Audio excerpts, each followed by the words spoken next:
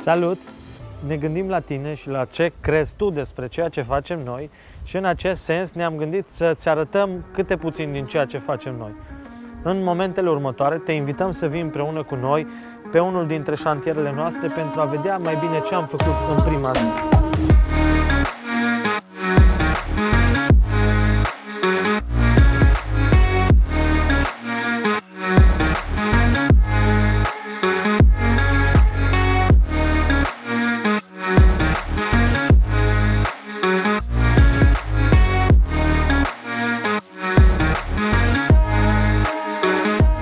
Acest spațiu este o bucătărie, este construită ca o anexă undeva în jurul casei.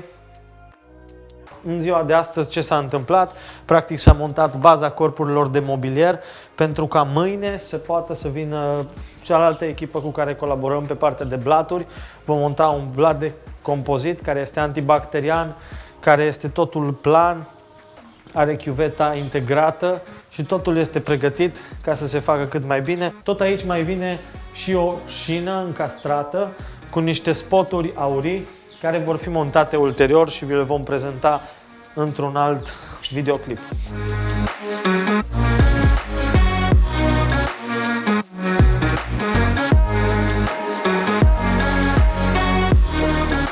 După cum puteți vedea aici am pregătit dulapurile, le-am adus multe dintre ele gata, pregătite din Cluj pentru a fi puse aici în spațiu, dar ele urmează acum a fi aranjate pe poziții.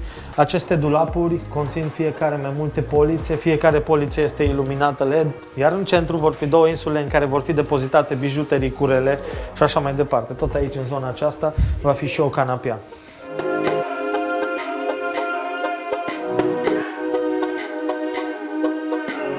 Vă invit acum să mergem și mai departe, în cea de-a treia cameră sau cel de-al treilea spațiu care va fi folosit ca un spațiu de birou, ca un spațiu de studio în tot acest timp și care pentru noi este un spațiu foarte drag, deoarece am pus foarte multă pasiune când am conceput acest spațiu.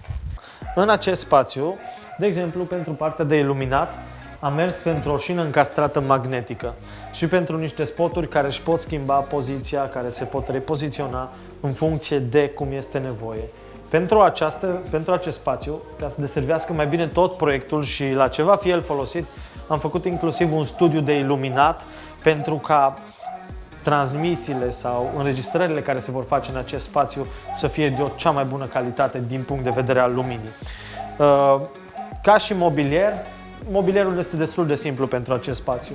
Avem acolo în zona aceea o comodă, va fi un televizor, după care acolo în partea din spate vom avea niște panouri riflate și un panou din plută împreună cu niște alte corpuri de iluminat pe care le veți descoperi mai târziu. Cam atât am reușit noi să facem în ziua de astăzi și încă se lucrează, încă se va mai lucra până târziu și vom reveni cu amănunte despre tot ceea ce facem noi aici.